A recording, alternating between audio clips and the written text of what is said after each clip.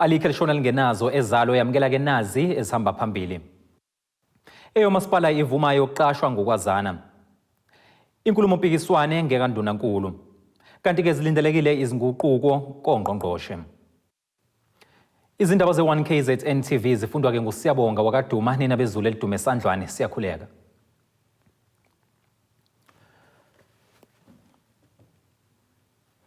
Uhlelo wenhlangano engamele ukusebenza komasipala esifundazweni KwaZulu-Natal South African Local Government Association uThami Ntuli uthi udaba lokuqashwa kwabantu ezikhundleni ezimqoka ngobungane kanye nangokwazana emaqenjini ezepolitiki kusalokhu kuqhubeke njalo ke nokuba isihlave sibi esiphazamisa ukusebenza ngendlela komasipala. uNtuli usho kanjena ngesikhathi ekhuluma ke nabezindaba lapho ke kuqhubeka khona uhlelo lwezinsuku ezimbili nalapho ke lenhlangano idingida ke ngamasu kanye namaqhinga okuqinisekisa ke intuthuko komasipala. Inhlangano yengamele ukusebenza komasipala esifundazweni ibhunge ngeyinkinga ezibhekene nomasipala ngenhloso yokuqhamuka namasu angaphucula indlela abasebenza ngayo. Usihlalo wayo uvezeke ukuthi namanje udaba lokuqashwa kwabantu ezikhundleni eziphezulu ngokwazana emaqembini ezepolitiki kusalakho kuyingenye yezinto eziyinkinga. Umlando siyazi ukuthi omasipala bethu balinyazwe kakhulu udaba lwe-cadre deployment okudala ukuthi nje omasipala beshoda kangaka ngeimali. Kodwa siphinde futhi sibe senza ama-consultants bekhona abantu abaqashiwe ukuthi abanama skills. Sabona ukuthi ke asiqoqe umhlangano la khona okuzoba khona imeya, osomlomo kanye no-manager. Ke kuzobhungwa ngalelo daba lolo. Inhloso ke ukuzama ukubaqoqumezela ukuthi ake siyibukeni lento ukuthi namuphi umthelela ku local government. Ngoba sifuna ukwenza omasipala bethu kungabi omasipala ukusebenza kwabo okucindezelwa kakhulu ipolitiki. Sifuna ukuthi kuba omasipala abasebenza ezingeni elihloniphekile, ezingeni elizolekelela ukuthi intuthuko abantu bakwazi ukuyibona. Lesifundazwe siqukethe omasipala oningi labo baseyindaweni zasemakhaya imvamisa basasilele emumva ngokwentuthuko nokwenza ke ukuthi uma kungaqekelelwa ukusebenza kahle kwabo iningi lemiphakathi ligcina ngokuxoxelwa ngayo intuthuko. Udaba lokwabelwa inkece encane nalo kalisalanga ngaphandle. Omasipala ke bebevele basemakhaya imali abayitholayo inganele njengoba omasipala abafana noMsinga, amasipala abafana noMoyimpofana, abafana noNkandla noMthonjaneni, omasipala bathola ibudget encane ko 300 million. Othi mawuthi uyabuka ukuthi kufanele bafake ugesi, benze imigwaqo, bakha amahholo, kufanele futhi bakhokhele izisebenzi bakwazi ukuqhubha imisebenzi kamasipala. Ubone ukuthi le nto yenza ukuthi kuba ncane kakhulu okumnikelo kwemphakathini kokutshala kwingqalazizinda. Manje ke sinenkolelo ukuthi njengoba ungqongqoshe lowezemali kade ethusabelo sakhe besilindele ukuthi aphendule kule nkulumo kamongameli wezwe yokuthi uthembele komasipala bangaletha intuthuko ngokuthi imali ithi xaxa ezobhekana nomasipala. Isimo sinormal sijwayelekile nje. Omasipala bebevele benayo inselelo yokuthi imali abayinikezwayo ayenele. Manje kuna lezi inhlekelelo eziningi ke enzaziyo ezikhona sibuya ko-COVID, sinenhlekelelo lena isimo sezulu esingahambi kahle, sinenhlekelelo enkulu ke manje ke ebuyisela phansi konke lena kagesi ngoba inhlekelelo lena nje umongameli wezwe esezwa kuvuma esivele sikusho thina njengosaga phambilini ukuthi this is a disaster. Odabeni oluthinta ukubusa ngokwabelana amandla kwamaqembu ehlukene olubukeka lingenzi kahle njengoba ke inketho zokuchibiyela zilokhu ibonakale njalo. uNtuli uthi ke bakholwa ukuthi uma ngaba nomhlahlandlela ngokusebenza kwemishado emaqenjini lokhu kungagwemeka. La eNingizimu Afrika ama-coalitions into entsha. Kodwa kwamanye amazwe kade yaqala. Futhi isiyasebenza. Sinenkolelo ukuthi izinselelo ezikhona njengamanje zifanele ngoba into entsha. Kodwa futhi sinalo ithemba ukuthi ngokuhamba kwesikhathi kuyoba khona indlela yokubuka ukuthi yipi framework engalekelela ukwazi ukuguide ama-coalitions ukuthi kungabi into nje ukuthi uma abantu bengene kwi-coalitions kofanele baxhaphaze the public purse ukuthi wena ukuze siqhubeke sikusustain uphathe senzele u1 no2 no3 yenza izinto ezirong. Ngiyacabanga ukuthi ngoba into entsha kuthina kodwa kufanele kugcina kube nayo framework ezokwazi ngempela ukulekelela ukuthi akube into ezokwazi ukuthi bekhona uzinzo, kodwa into esaziyo ukuthi silindele ngisho kuhulumeni wesifundazwe noma kuhulumeni kazwelonke, ngoba kuyacaca ukuthi indlela okwenza ngayo abantu, indlela abavota ngayo, ibona abadathi kube kungabibikho iqembu esukweliwina nje ngokugelekeqe. Ithimba eliqoqozela ukuqondiswa kokusebenza kwabasebenzi komasipala nalo ebeliyingxenye yalolu hlelo likhuluma ngobungozi bokugxambukela ngendlela engeyiyo, ikakhulukazi komeya. Kuba khona ukungenelela okuthile. Lokho kungenelela isikhathi esiningi kuye kube kungenelela la uthola khona ukuthi kugcina sekunemiphumela emibi, ngoba uthola ukuthi ukungenelela kugcina kunokuqashwa kwabantu abangenawo amakhono, kube khona ukungenelela ozothola ukuthi sekuthathwa imali zaleya project zingena kwenye project, kube khona futhi nokungenelela uma silikhuluma nje iqiniso okuzobanga ukuthi kube khona i-corruption. Kodwa ke ziningi igcawu esizenzile njengoba kukunalesi igcawu sanamhlanje la sikhuluma khona ngeinhlelo zokuthi amakhansela uma ngabe sebenza kufanele asebenze kanjani. Ama presentation esobe siwenza la sizobe sicacisa ulayini ofanele udrowe phansi phakathi kwabasebenzi bomasipala kanye namakhansela njengabaholi bomphakathi. Nakuba kugqame omasipala abangenzi kahle, bakhona asebeqalele ukuvuna imiphumela yokusebenza ngokuthembeka. Ukuthi isikhathi esiningi sopolitiki sigcina sikhohlwa ukuthi savotelwa ngobani nanokuthi basivotelelani. Sibonile ke emuva sababuza ukuthi njengoba nisithuma lapha yini enifunayo. Ngicabanga ukuthi ke singakukhohlwa lokho. Ikhona lento ekuthiwa IDP, and isikhathi esiningi sopolitiki asibuyeli futhi kuyona lo IDP. Kanti iyona efanele isihole njalo ekutheni ukuthi sihambe sidinga emphakathini, singahambisi lokho ukubona ukuthi ithina right. Ngoba ngeke kwenzele uswimming pool uthola ukuthi uswimming pool ofunakala wena ufuna iground. So ngicabanga ukuthi ukuthi asibuyele emuva emphakathini sibabuza ukuthi ngempela njengoba ungithumile lapha ufuna ngikwenzele yini. Indaba enziwa NGEKANDUNANKULU.1KZNTV kube kuntomkhona Mvubu ngiseThekwini. Iqhubekile namhlanje inkulumo mpikiswano esishayamithetho sesifundazwe saKwaZulu-Natal eMgungundlovu maphakathi nalesifundazwe. Lokhu ke kulandela inkulumo kaNdunankulu noMusa Dube-Ncube ngesikhathi ke evula ngokusemthethweni isishayamithetho. Amaqembu aphikisayo aveze ukungagculiseki ngenkulumo kaNdunankulu ayichaza ke njengempinda yokwashiwo ngonyaka odlule. Amaqembu aphikisayo kwaZulu-Natal athe ANC ihlulekile ukuphakamisa amaphuzu amqoka kwinkulumo mpikiswano. I don't feel that there's enough happening about crime, and I don't think we're admitting the socio-economic challenges that form part of crime, and we need to address that. And I didn't hear any answers from the ANC on crime. It's almost as though they want to glance over it. And we've got an endemic problem in society. So because of the fact that we didn't get any answers today, my chief whip will write to the Speaker, and I will be calling for a debate in terms of the standing rules and orders, that we can actually debate the crime issue and start unpacking the challenges. I don't believe that having a debate like this and walking away is going to solve it. Uyehluleka ukuxazulula inkinga zobugebengu, ithi i-IFP kufuneka ngabe kukhandwa ama-police station amaningi, kuqashwe amaphoyisa asemancane asenomdlandla nomfutho akwazi ukugijima, kuthi la avele semsebenzini aqeqeshwe kabusha la kubonakala ukuthi awenzi kahle ukusheshe abambe igebengu, ukufuna ukulanda amaphoyisa akumhlala phansi, ukubukela phansi amaphoyisa asendimeni njengamanje. Izinto lezi ezenzeka eMtuba zisiphatha kabi thina njengabantu baseMtuba. Le nto yenzeka lapha ya akulimali i-ANC, akulimali i-IFP, kulimala abantu baseMtuba nge-service delivery.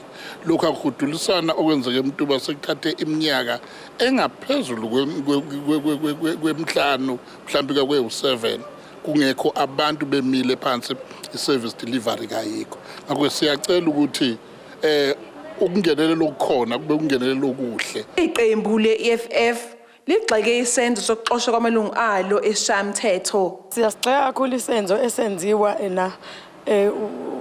uhulumeni olidwa u-ANC ngelanga lesopha webhayi kubathumela amaphoyisa ukuthi ezokhipha amalungu eParliament ngaphakathi akhishwa ngendluzula balimala kwalimala nabanye abantu besifazane sikubona ke lento sithatha njengokuhlukunyezwa kwabantu besifazane ngoba baningi abantu besifazane lapha nomama abadala abalimala sebehudulwa nje nanokuthi sibona sengathi kushuthi thina amalunga e-EFF ama MPLs asithatheki njengamanye amalunga eshamthetho ukuhlonipheka njengathi kushuthi akulingani. Ephendula yonke inkulumo mpikiswano undunankulu noMusa Dube-Ncube uqale ngokuxolisa kwisilo. Siyafisa futhi ukuxolisa kakhulu kungangezwe lakhe ngalo budlobongela obenziwe ngamalunga ahloniphekile lendlu we-EFF ngoba lokhu ngempela kukhombise ungasihloniphi isilo ukuthi ngathi khona indlu lamithi phambi kwethu bese kuba khona abahlonishwa abazobehave ngale ndlela baze bacule phambi kwasisilo. Siyaxolisa impela nje kusilo samabandla nakuyona yonke indlu nkulu ethe yaphoxeka ukuthi phambi kwayo ivakashela abahlonishwa kwenzeke kanje. uDube-Ncube uthe umphakathi ungabamba iqhaza ekulweni nobugebengu. We can't be standing here, Honorable Hlabisa, and saying we don't need many police on the roads. We don't need many police ukuthi asebenze emphakathini because lokho ngeke kuqede udlame. Yebo, kuyiqiniso ukuthi angeke umuntu nomuntu abe nephoyisa ekhaya. Kodwa the more we have the visibility of police, the more as well criminals would know that there is no nonsense against violence or against crime. Okunye okubalekile ngicabanga ukuthi kuyabaleka la abahlonishwa ukuthi sikwazi ukuthi awukho ubugebengu obuzoqedwa by leaders. I'm sad nje Honorable Rogers ukuthi ucabanga ukuthi masihlale etafuleni eliround kuzophela ubugebengu. I don't believe. I believe that we need to take the issue of crime fighting and criminals emphakathini because igebengu sifihlwa imphakathi, igebengu sifihlwa abantu, ibona kufanele bakhiphe igebengu, ibona futhi abafanele bakhiphe impahla abayithenga egabangeni. Umphakathi wethu okufanele usho ukuthi isigebengu ngiyasazi sihlale namba bani asisikhiphe. Ukuhlala kwethu etafuleni la siphuza amanzi ngiyaxolisa mhlonishwa angeke kuze kusisize. Izindabeni ze1KZNTV ngu-Ayanda Dube ngibika ngisemgungundlovu. Umhlaziyi wezepolitiki esikhungweni semfundo ephakeme University of Zululand uDokotela Zakhele Shamase uthi akusensuku zingaki ngaphambi kokuba ke umongameli wezwe uCyril Ramaphosa enze izinguquko kwikhabhinethi yakhe njengoba ke kunamalunga amane asanda kufungiswa njengamalunga eParliament. Kulaba ke kubalwa kubo ke noSihle Zikalala oke waba ke nguNdunankulu kulesifundazwe. uShamase ke uthi umongameli kumele ke aqaphele izinguquko eza nazo ukuthi ke zingadala uqhekeko phakathi kweqembu. uDokotela Zakhele Shamase ongumhlaziyi wezepolitiki uthi ngashonela namuhla okanye la kusasa sekukhona izinguquko kwikhabhinethi kaMengameli wakuleli umnumzane Cyril Ramaphosa njengoba kulindeleke ukuthi enze ushintsho. uShamase uthi uMengameli kuzomela liqaphelisise ushintsho ezanalo lungagcini selidala uqhekeko eqenjini leANC.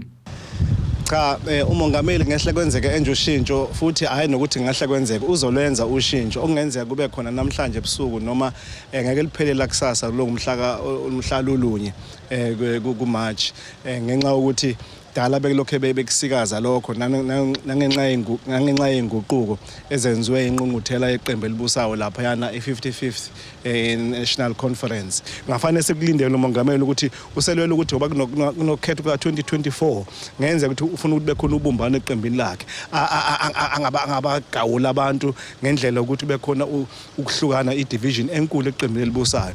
Yabona abantu abanje uDr Ngokwazana.Inkulumo Zuma noma Mlindiwe Sisulu ukubonakala ukuthi mabe ngakatshwa izeme nje kalula kanjalo nje noba uBlaine Zimande ngasuka uhleva ngaba khona idivision factionalism ekhona iqembu lelibusayo nganda kakhulu. Ngakho umongameli ucareful kulezo zinto lezo ukuthi abe strategic ukuthi mayenza icabinet reshuffle akangajezisi abantu abangazange bahambisane naye okhethweni lenqungquthela nabantu abebephikisana naye indaba yophalaphala. uShamase uthi ke kuyoba igxathe elibalekile ukuqokwa kaNgqongqoshe womnyango ozobhekana ngqo nogesi kuleli ngoba inkinga kagesi isiyithatha iminyaka. uyabona ukuthi Eskom baningana ongqongqoshe abathanda ukuthi baphinde babe nesandla kulawuleni ngoba mawubheka nobaba uGwede Mantashe uyaphinda angene futhi Minister of Mineral Resources phinde ngene futhi nobaba uPravin Gordhan ngama SOEs. Siyazi ukuthi SOM is one of the SOEs manje ke kuyafuneka ukungqongqosho ozobhekana ngqo nezinto njengalezo ngoba sekuyinkinga le esithathe iminyaka esidlule kwe-16 ngakho ke umongameli kulindeleke ngempela ukuthi enze ushintsho olunqala. Uqhubanga ngokuthi nakuba kuzoba nongqongqosho omusha womnyango obhekelela ugesi no-Eskom kepha akaboni kuphela inkohlakalo eqhubeka kule nkampani. Indaba ye-corruption akusinto engaphela overnight ngokufaka ungqongqosho othile. I-corruption ifana nesifo nje sisemoyeni ongeke wazi ukuthi into ezofika nini neyophela nini kuphela nje fanele lokhu usiphunga wena ukuthi singakungeni leso sifo nokuzivikela nokuyivikela ufake nemijovo J&J. Ngakho ke indaba ye-corruption angeke incike umuntu othile, akekho umuntu omesiya we-corruption. Ifana nje nokuthi as long as kunohulumeni, as long as kukhona indaba zenkece, as long as kunepolitiki, as long khona nemali lapho i-corruption yobe khona ukuthi phela fanele sibheke ukuthi sinciphisa kanjani o sigwema kanjani o siqeda kanjani kodwa kuyonto engaphela nje kungena kwangqongqosho othile ekusukela manje. Ezindabeni za1KZNTV kube kumqondisi Miyeni ngisempangeni. Mbukela ke sihlabi ikhefu sihlangabezana kanjani masibuya.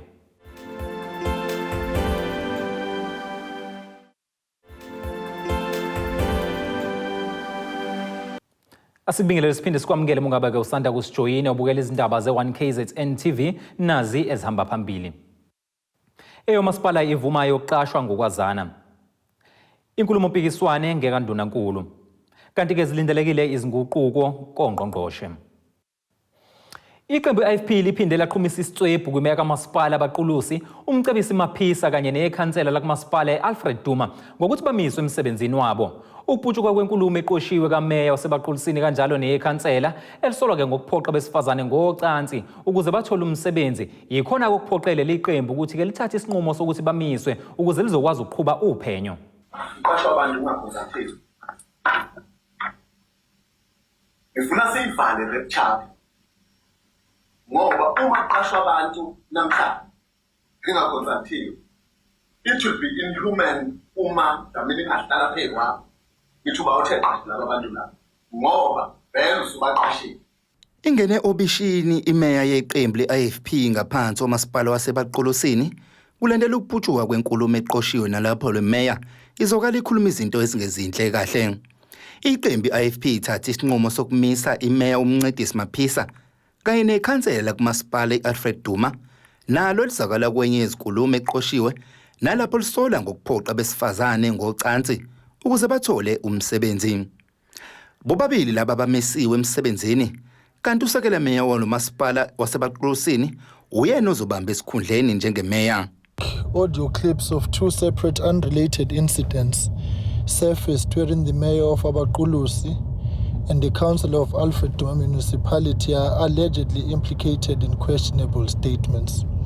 More specifically, the Alfred Duma councillor is implicated in a sex for jobs scandal. The NEC has today considered these latest developments and resolved as follows. The mayor of Abaqulusi is suspended from the party with immediate effect and is directed to take leave from municipal duties with immediate effect. 2. The deputy mayor of Abaqulusi is to act as mayor with immediate effect.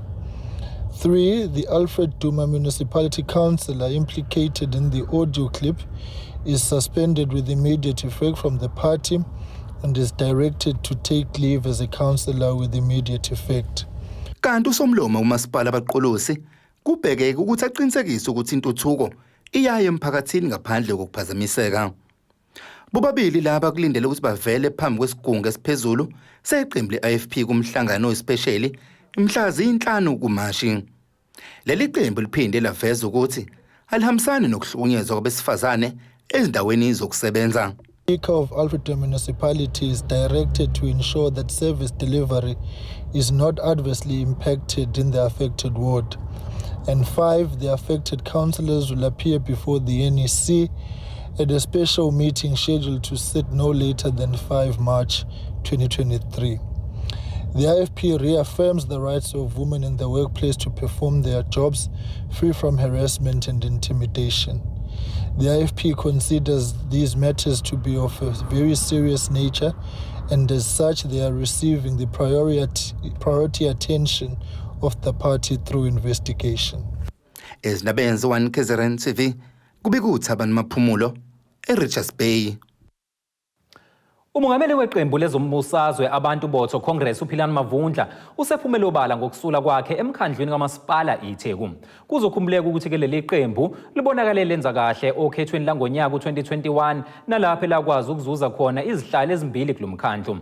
Ekhuluma ke neziko lezindaba uMavundla uveza ukuthi ke lokhu kakusho ukuphela kohambo lwakhe lokulekelela ke umphakathi ikakhulukazi njengoba ke kubhekwe okhethweni langonyaka ozayo. Konke sekusele eqenjini abantu batho Congress ukuba baqoke ozovala isikhala eshiwe umengameli walo emkhandlweni weTheku. Lokhu kuvele enkulumeni ekhethekile iziko lendaba elibe nayo naye kulandela ke indaba zokusula kwakhe. Iqinisweni ngasula ngomhla ka24 kulenyanga esikuyona kwabusuku lami lokugcina. Bekusenziwa ke into okufanele zenziwe kodwa ke sibona namhlanje sazise izwe nesizwe ukuthi sengisulile. iAPC nehlalo eyimbili eThekwini asiphumanga sobabili kuphume mina kuphela kodwa futhi ke nesihlalo sami kukhona ozongena esamhlozo. iAPC uthi kuzoba bani ozongena avale leso sihlalo akade ngihleli kusona. Udaba likaMavundla ngiphenduke ngavelela eThekwini kwayimina sengibukeka ngumeya kwangathi ayisekho imeya. iTheku ke okanye ubuholi beANC eThekwini akuzange kubaphathe kahle lokho. Kwafinyelela ekuthenini ke kuphume imotion ukuthi incwadi yayithi abasangithemba ukusebenza kwami. Bakubala ke izathu babala nokuningi nokwangahlangene nami njengamaswimming pool namabhishi kodwa lilonke nje babethi ngihlulwe umsebenzi. Sakwemukela ke futhi lokho asangaphikisana nakho. Ekugcina ke iqembu lekubona sibona ukuthi cha engathi kuningi okudinga ukuthi ngikwenze okuzokwenza abantu base South Africa kube khona bakuzuzayo ikakhulukazi abaseThekwini neqembu nje futhi lizuza. Kuzokhumuleka ukuthi uMavundla uqoqobale isikhundla sokuba usekela meya walomkhandlu ngemumva kokwenza kahle kweqembu lakhe lathola ihlalo eyimbili emkhandlwini nokubeke sekwenza ke ahole umbimbo lamaqembu amancane. Lokhu kwaholela ezivumelwaneni sokweseka iqembu likaKhongolose babuse ngokubambisana lomkhandlu wabeke eseba usihlalo wekomiti lengqalazinda. Ukukhishwe ngevoti longabethembi ubuholi bakhe ngozibandlela ngonyaka owedlule kanti ke uMavundla utheka kakukho angakwenzanga okwabe kuqondene nomsebenzi wakhe kanti ukuphuma kwakhe kulomkhandlu kakusho ukuthi ke uzosonga izandla njengoba ezoqhubeka nokuphenya izinqinga amahlazo awo. Iqiniso ligcwele lithi angiphumanga eThekwini ngoba abantu babengasangithembi kodwa bebengasakuthembi indlela engenza ngayo izinto ebengahambisani nemizwa yabo. Ukusebenza kwami ke eThekwini cha akuphelile kunezinto eziningi bese ngiqala eThekwini abantu abavula amehlo abayibhekela bafuna ukuba uthi iphelelaphi angeke ngiyeke leyo mpi kuze kufike egcineni njengoba ubona nje usekhaya kusemzini wami la eThekwini nginemizi mina la eThekwini ngakhile nginezingane la eThekwini zifuna ukuhlala eThekwini elihlanzekile nelinempilo nelinekusasa ngakho kuyingxenye ukuthi still kusafanele ngilwele inhlala kahle yabantu baseThekwini. Njengamanje uMavundla ungomunye wabababele enkantolo enkulu yaseThekwini njengoba besola lo masipala neminyango kahulumeni ukuyekelela ingqalazinda okuze kwaholela ekuchithekeni kwendle endaweni eziningi kulomasipala. Uthi ke njengoba kubhekwe okhethweni ngonyaka ozayo usenalo ithemba lokuthi abantu bazophinde balethembe leli qembu kepha nabo kangeke besenza iphutha lokuvota noKhongolose. Ithemba ke lokuthi sisazoqhubeka ayini abantu baseThekwini okanye baseKZN basithembe. Ngicabanga ukuthi sekuyolala emandleni nabo ukuthi bafuna umuntu oneqiniso ukuthi noma makona lezinto akumele ukuthi ayimele noma bafuna abantu abohlala bebakhohlisa. Elami ke hlaya lithi fase khuluma iqiniso njengoba linjalo bese kuba kumuntu ukuthi ubona kanjani. Ngo2024 abantu baseThekwini naseKZN mabebona ukuthi iAPC iqembu elingezwani nemizwa yabo elibalehle kusala ngokukhona ngokungekho bosiphanisha abantu base South Africa ngeke bazivotela. Kodwa abantu base South Africa mabesenalo ithemba lokuthi sisengalungisa isimo nje athi sisiqalile impela siyimisela ukuthi sisilungise futhi noma yini siyimisela ukuthi sibona sinephutha asitshele ngeke siqinisa amakhanda solungisa lokho kubona ukuthi kufanele sikulungise emva kokuthi sixoxele ngakho ke sisenalo ithemba. Indaba 1KZNTV kube kuntomkhona Mvubu ngiseThekwini. Ake sihlabe ikhefu sihlangabeze futhi na kanjani masibuya eitolo.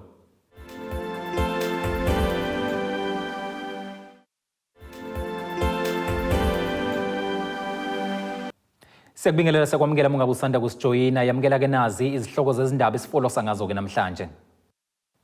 Masipala ivuma yokuqashwa ngokwazana. Inkulumo Mpikiswano NGEKANDUNANKULU. Kanti ke zilindelekile izinguquko kongqongqoshe. Kuleli qophela sesibhekele engosini yezomnotho.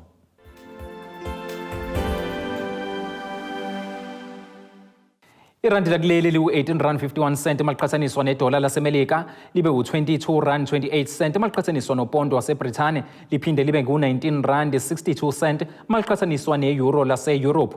Golide ke lona lingu-$1,808.70 i-ounce kuthi ke uwoyela ongahluziwe ube u-$82.45 umphongolo. Ake sikubhekele engosini yezemidlalo.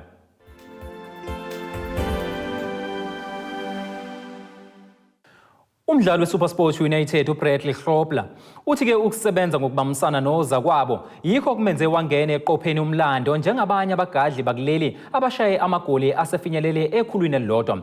Lo mgadli ke uhamba ezinyathelweni zabadlali okubalwa kubona kuSiyabonga Bhele noMvethe, uMabhudi Khanyeza kanye noDaniel Modawo.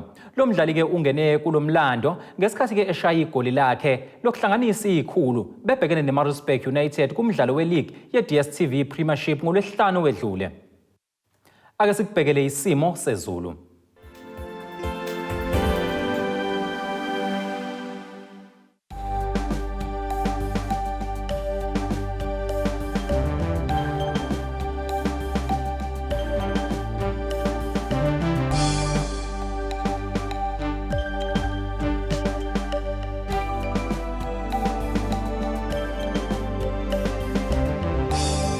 Mbukeli kungaka kade sikuphathele kona ke izindabeni zanamhlanje sihlangabezana kanjani futhi kusasa ngesikhathi esifanayo.